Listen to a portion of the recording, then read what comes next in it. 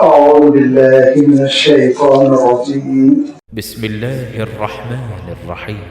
إلا المصلين الذين هم على صلاتهم دائمون والذين في أموالهم حق معلوم للسائل والمحروم والذين يصدقون بيوم الدين والذين هم من عذاب ربهم مشفقون إن عذاب ربهم غير مأمون والذين هم لفروجهم حافظون إلا على أزواجهم أو ما ملكت أيمانهم فإنهم غير ملومين فمن ابتغى وراء ذلك فأولئك هم العادون والذين هم لأماناتهم وعهدهم راعون والذين هم بشهاداتهم قائمون والذين هم على صلاتهم يحافظون أولئك في جنات مكرمون. صدق الله العظيم. الحمد لله رب العالمين والصلاة والسلام على سيد المرسلين وعلى آله وأصحابه أجمعين أما بعد. سورة المعارج کا یہ پہلا رکوع ہے اور اس پہلے رکوع کی یہ آیت نمبر 21 سے 35 تک ہے جو گزشتہ اتوار باقی رہ گئی تھی کہ تشریح نہیں ہو پائی تھی کیونکہ اللہ تعالیٰ نے سورۃ المعارج میں اس بات کا تذکرہ فرمایا کہ بعض لوگوں کا عالم یہ ہے کہ وہ جلدی مچاتے ہیں، بے صبرے ہیں اور جلد کرتے ہوئے عذاب کو دعوت دے رہے ہیں. اللہ رسول صلی اللہ علیہ وسلم کی خدمت میں آ رہے ہیں اور کہہ رہے ہیں کہ آپ جس عذاب کی دھمکی دے رہے ہیں اس کو رونما کیجئے، پیش کیجئے. اللہ تعالیٰ ارشاد فرماتا ہے کہ یہ لوگ سمجھتے ہیں 2 سال 3 سال 10 سال میں قسمت کے فیصلے ہو جاتے ہیں. قوموں کی تقدیر میں 2-4 سال کی کوئی اہمیت نہیں ہوتی، بلکہ قوموں کی تقدیر میں 2-4 صدیوں کی بھی کوئی حیثیت نہیں ہوتی ہے. اللہ تعالیٰ کے پاس قوموں کو جو مہلت ملتی ہے، اللہ تعالیٰ قوموں کو جو وقت عطا فرماتا ہے وہ بس اوقات 1000 سال کا ہوتا ہے. یہ کیسے ہو سکتا ہے کہ کسی قوم کو اللہ تعالیٰ 1000 سال دے اور کسی قوم کو اللہ تعالیٰ 2-4 سال میں ہلاک کر دے؟ وہ مہلت دے گا، اس کے پاس وقت کی مقدار کچھ اور ہے، تمہاری وقت کی مقدار کچھ اور ہے. میں نے عرض کیا تھا نا کہ ہم نے تو یہ 2400 گھنٹوں کا دن طے کر لیا ہے. سورج کے اطراف گھومنے کی وجہ سے اور دنیا کا اپنے ایکسس پہ روٹیٹ ہونے کی وجہ سے ہم نے یہ سیکنڈز، منٹس، گھنٹے اور پھر 24 گھنٹوں پر دن یہ شمار کر رکھا ہے. لیکن عالم بالا میں اللہ تعالیٰ کے پاس یہ چیز کی کوئی حیثیت نہیں ہے، اس مخلوق کے وقت کی کوئی حیثیت نہیں ہے. ذرا آپ سوچیں کہ جہاں نہ سورج نکلتا ہو نہ ڈوبتا ہو، جہاں نہ صبح ہوتی ہو نہ شام ہوتی ہو، جہاں نہ دن ہے نہ رات ہے، جہاں نور رب ہی نور رب ہے، وہاں یہ ساری ناقص چیزیں، انکمپلیٹ قسم کی، معمولی قسم کی، جو انسان اپنی مجبوریوں کے ساتھ لگا رکھا ہے، وہاں اللہ تعالیٰ کے دربار میں ان کا کیا عمل دخل؟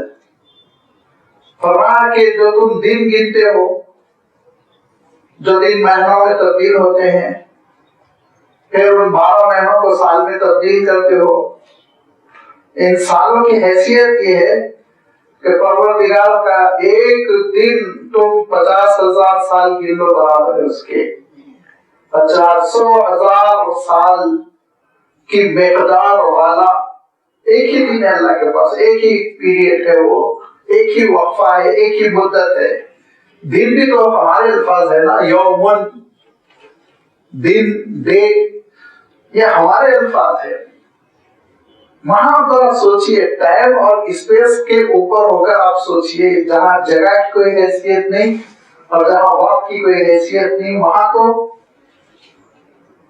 اللہ تعالیٰ فیصلے فرمائے اور اس فیصلوں میں لمبی مدت لگ جائے، دراز مدت، جو ہماری دنیا کے اعتبار سے 1000 سال ہو، 600 سال ہو، 800 سال ہو، کوئی حیثیت نہیں، لمحوں میں اس کا شمار ہے۔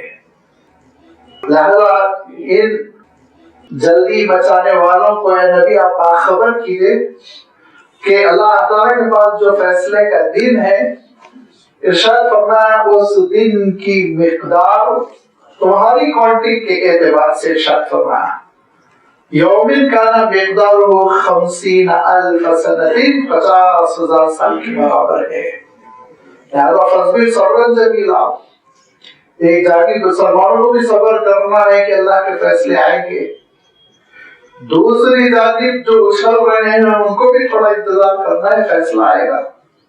اور پھر آپ جانتے ہیں کہ اللہ کے رسول صلی اللہ علیہ وسلم کی نصرت کا، اللہ کے رسول صلی اللہ علیہ وسلم کے غلبے کا فیصلہ آیا، چند ہی سالوں میں حالات بدل گئے۔ لہذا یہ انسان کا نکما پن ہے، نادانی ہے، یا آپ چاہے تو کہہ لیں بھولا پن ہے کہ وہ جلدی بچاتا ہے، بے صبری کا مظاہرہ کرتا ہے۔ اس کا عالم یہ ہے کہ اللہ تعالیٰ اس کو 80 سال اپنی نعمتوں میں پروان چڑھائے، ناز و نعیم سے پلے اور بڑے، اور خوشیوں کی راحتوں کی بارش اس پر ہوتی رہے۔ ان 80 سالوں میں وہ اللہ تعالیٰ کا وہ شکر ادا نہیں کرتا، لیکن 8 دن اگر ہاسپٹلائزڈ ہو جائے، بیمار ہو جائے، پریشان ہو جائے، تو وہ شکوے، وہ شور مچانا اور وہ آہیں بھرنا شروع کر دیتا ہے، جیسے کہ کبھی بیچارے کو راحت چھو کر نہیں گئی۔ اسی لیے ارشاد فرمان کہ انسان کا عالم یہ ہے کہ ان الانسان خلق ہلوعا، بڑا جلد باز ہے، بے صبر ہے انسان۔ ارشاد فرمان بہت جلدی وہ پریشان ہو جاتا ہے، بہت جلدی بے قابو ہو جاتا ہے۔ اذا مسہ الشر جزوعا، ذرا بھی پریشان ہو جائے، کوئی مصیبت آ جائے تو جزعن کہتے ہیں شکوہ کرنے والا، واویلا بچا دینے والا۔ اگر دیکھیں اپنی سوسائٹی میں ہم اگر غور کر لیں کہ کسی پہ اگر کوئی مصیبت آ جاتی ہے، کوئی صدمہ ہو جاتا ہے، اللہ تعالیٰ نے خود جو نعمتیں دے رکھی ہیں ان میں سے کوئی ایک نعمت اللہ تعالیٰ واپس لے لیتا ہے، اس کا اختیار ہے، وہ لے سکتا ہے، لیکن انسان کتنا شور بچاتا ہے، کیا کیا نہیں کہہ جاتا وہ، کیا کیا نہیں کر جاتا وہ۔ چھوٹی سی معمولی سی چیزوں میں کتنے انسان ہیں جو اگر اللہ کی ذات پر ایمان سے محروم ہے، اعتماد سے، توکل سے محروم ہے، تو چھوٹی چھوٹی باتوں میں خودکشی کر جاتے ہیں۔ چھوٹی چھوٹی باتوں میں ایسی چھوٹی سی آزمائش جو چند دنوں میں ٹل جانے والی ہے اور بہترین نتیجہ آنے والا ہے، حالات بدلنے والے ہیں، لیکن انسان برداشت نہیں کر پاتا تو اپنی جان کا سودا کر لیتا ہے۔ تو ارشاد فرمایا اذا مس الشر جزوعا، جزعن سے اللہ تعالیٰ نے باب فاعول استعمال کیا جس میں تکثیر ہوتی ہے، کثرت ہوتی ہے۔ جب بھی اس کو کوئی شر، پریشانی، تکلیف چھو جاتی ہے، مسا ارشاد فرمایا، اس کو چھو جاتی ہے، لپٹ جاتی ہے، کچھ دنوں کے لیے کچھ ہو جاتا ہے، جزوعا شور مچاتا ہے، شکوے کرتا ہے، بے صبری کا مظاہرہ کرتا ہے، بے قابو ہوتا چلا جاتا ہے۔ وَإِذَا مَسَّهُ الْخَيْرُ منوع، اور جیسے ہی اس کو خوشحالی عطا کر دی جائے، خیر دے دیا جائے، بھلے حالات ہو جائیں، خوشگوار حالات ہو جائیں، اور ساری پریشانیاں الجھنیں دور ہو جائے، تو اس کا عالم یہ ہو جاتا ہے موصوف منوع، منع کرنے والے بن جاتے ہیں۔ پھر باب فعول ہے، دیکھیے صفت مبالغہ کہتے ہیں عربی میں اس کو، جس کے معنی ہوتے ہیں وہ وزن جس میں کثرت ہوتی ہے۔ عربی میں ہر چیز کا وزن مقرر ہے، ہماری زبان کی طرح عربی زبان نہیں ہے۔ عربی زبان میں ہر ایک کا سانچہ بنا ہوا ہے، اس سانچے میں جب کوئی لفظ جاتا ہے تو اس کا ایک اپنا مفہوم ہوتا ہے۔ لہذا منع سے منوع جب یہ لفظ بنتا ہے باب فعول سے، تو اس کے معنی ہوتے ہیں بہت روکنے والا، ہاتھ روک لینے والا۔ سورۃ الماعون میں انشاءاللہ اللہ تعالیٰ کا یہ ارشاد آئے گا کہ انسان کا عالم یہ ہوتا ہے کہ یمنعون الماعون، چھوٹی چھوٹی چیزوں سے ہاتھ روکنا شروع کر دیتا ہے۔ اللہ تعالیٰ نے اس کو باہر دے رکھا ہے، دولت دے رکھی ہے، بینک میں پیسے اتنے بھرے پڑے ہیں کہ گرے جا رہے ہیں، سنبھالنا مشکل ہو رہا ہے، لیکن اگر اس کے دروازے پہ آ کے 2 روپے کوئی مانگتے تو اس کی جیب سے نہیں نکلتا۔ منوع انسان کی یہ صفت ہے، انسان کی یہ صفت ہے کہ اس کا عالم یہ ہے کہ اس کے بڑے بڑے باغ ہے، فارم ہاؤس ہے، کھیت کھلیان ہے، دولت ہے، لیکن اس کے گھر میں لگی ہوئی سو کی خاص مانگنے کے لیے کوئی ایسا دینے کے لیے تیار نہیں ہوتا۔ اس کا عالم یہ ہے کہ بہت ہی اعلیٰ قسم کی اس کی زندگی ہے، تعیش ہے، ہر قسم کی نعمت ہے، کھاتا پیتا ہے، لیکن ماچس مانگنے کے لیے آتا ہے تو نہیں دیتا ہے۔ منوع ہے شادی۔ انسان کا عالم یہ ہے کہ جب اللہ تعالیٰ عنایت فرماتا ہے تو بخیل ہو جاتا ہے، ہاتھ روکنے والا بن جاتا ہے، اس خیر میں دوسروں کو شریک نہیں کرنا چاہتا ہے۔ اور اس کی میں نے گزشتہ گفتگو میں ایک مثال دے دی تھی، لاسٹ سنڈے گزشتہ اتوار میں عرض کیا تھا نا کہ یہ منظر اگر آپ کو دیکھنا ہو تو سواری میں دیکھیے، کسی ٹرین میں دیکھیے یا کسی بس میں دیکھیے، کہ جب تک موصوف کو فٹ پاتھ پر چڑھنے کی جگہ نہیں ملی، جب تک ٹرین میں گھسنے کی جگہ نہیں ملی، جب تک کہ بس میں گھسنے کی جگہ نہیں ملی، وہ درخواست کرنے والے اور گریہ گزاری کر کر بہت ہی انکساری اور محنت سماجت سے وہ کہیں گے مجھے چڑھنے دو، ایک قدم رکھوں گا، بس ایک کونے میں ٹھہرا رہوں گا۔ جب جگہ بن گئی اور گھس گئے تو فوراً پلٹ کے دوسرے کو کہیں گے جگہ نہیں ہے، جگہ نہیں، بتاؤ تو۔